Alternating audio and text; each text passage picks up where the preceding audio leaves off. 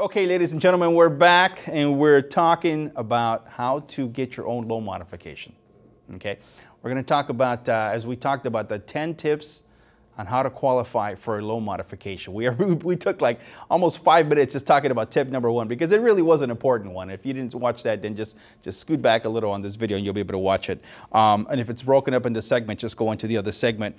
But number 1 was first find out if you qualify for a loan modification. And I talked about the 4 rules that you need to understand as far as qualifying for loan modification, the initial qualifying for loan modification. Number 2 is understand how to correctly fill out all loan modification docs and just do it.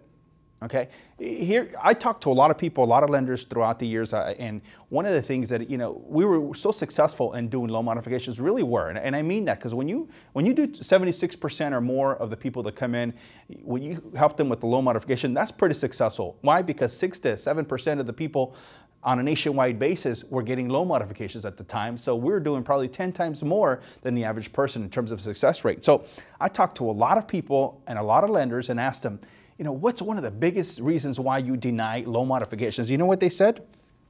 The paperwork was not filled out correctly. The paperwork was not filled out correctly. I can't stress to you how important it is for you to understand the paperwork that you need to fill out and to do it right. I actually created a 4-part series that goes over, each one is about 15 minutes long, that goes over how to do your own loan modification. And in that 4-part series, I believe it's part 2 of that 4-part series, I think it is, I explain in detail how to fill out that paperwork. So there's no excuse anymore for you to fill out that paperwork incorrectly because this information is out there free. Go to robertaldana.com and click on my videos. Okay, and you'll be able to watch my 4-part series, or just go to youtube.com, youtube.com/Robert Aldana, and watch my video series on how to do your own loan modification. So number 2 is a big one. Understand how to correctly fill out loan modification paperwork. If you don't, you're really just fooling yourself and you're wasting everybody's time in terms of the lender. And I don't mean that in a disrespectful way. I'm just saying that if you're not doing it right, then you might as well not bother doing it at all. Number 3, top tips for loan modification. Be honest and tell the truth. Here's a comment that I get from a lot of people who are attempting to do a loan modification. This is what they say. Hey, Robert, I'm trying to do a loan modification on my property. How much should I put in my income so that I qualify? I got the answer, the truth, okay? You have to tell the truth when you're dealing with these type of things. My opinion is you have to tell the truth in all facets of your life. Okay, one of the reasons why we got into this mess in the first place, I'm talking about this particular housing crisis that we have, is because too many people did not tell the truth. They kind of exaggerated a little bit on their income, and before you know it, people who were making $7, $8 an hour were buying $800,000 homes. And they couldn't even afford it because they didn't even make enough money to make the mortgage payment, much less buy food and clothes and the rest of the things. This is the reason why you should have never bought that home. By exaggerating your income. There's a reason why there's ratios, and this is the reason why you have to be honest in your dealings in the loan modification. You have to tell your lender exactly the way it is. Okay, you have to tell them truthfully how much you make, truthfully how much money you have in the bank, and truthfully how much you can afford. So tell the truth, be honest. Number 4, send all the required documents to the lender in a timely manner. Send them to them ASAP. Okay, I'm going to give you a synopsis of the main documents that are required by lenders in a loan modification. And basically, here's things that you need to keep with you at all times in terms of as soon as you get it, you need to store them.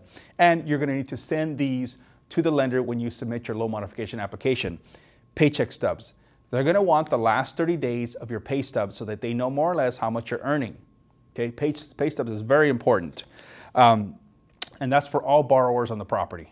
Okay, husband and wife, if you're both on the loan, they're going to want both of your past 30 days paycheck stubs. B, proof of all other income you're reporting. So let's say, for example, you're renting some rooms out that are going to help you qualify for the loan modification. Then you're going to need to show, copies of canceled checks or something that they can verify that they've actually been paying you that rent every single month. Or if you have other type of income, maybe you're cleaning houses or you're doing landscaping work or you're doing whatever you're doing, but you're making extra income, you're still going to need to prove it. So make sure that you're able to document that. Bank statements, the lenders want 2 months of your past bank statements because they want to see how much money you have in the bank. If you have $100,000 in the bank and you're saying you can't make your mortgage payment, they're going to say, baloney, you can make your mortgage payment, you just don't want to make your mortgage payment. D, they're going to want 2 years of past tax returns. Really important, keep those. E, mortgage statements of other loans. So if you have a second or a third loan, they're going to want those mortgage statements also so they can see how much is owed on the property. F, it's going to be the RMA, request for loan modification agreement. And what that is that's the actual application. Again, you can watch my video on how to fill out that application on my website at robertaldana.com if you go to my 4-part series. And they're going to want the form called the 4506T, which basically whatever income you're telling the lender that you're making, they're going to verify this with the IRS, folks. So make sure that you're being honest again, because if you're not, they're going to verify, they're going to find out that you're only making $20,000 when you're saying you're making $50,000. It's all going to be verified.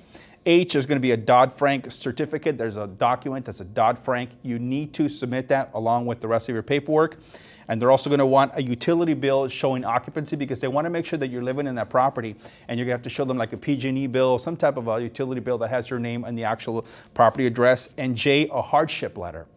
A hardship letter that you write needs to be descriptive but not too much information. 1 to 2 paragraphs is all you really need.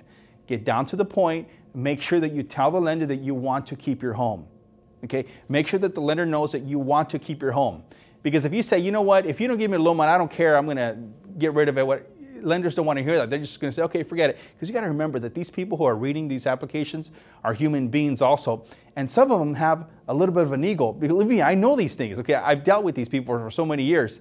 You want to make sure that you let them know, hey, you know what, my home is important to me, and I want to keep my home. We're willing to do almost whatever it takes to be able to keep our home. Please help us. And this is the reason why I lost my job. And just be descriptive, but not too much in a sense where you're doing more than 1 or 2 paragraphs. Okay.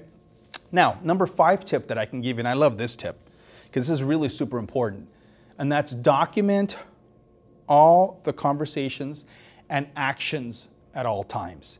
Every single time that you speak to the lender, you should document it and document who you spoke to and the time that you did it.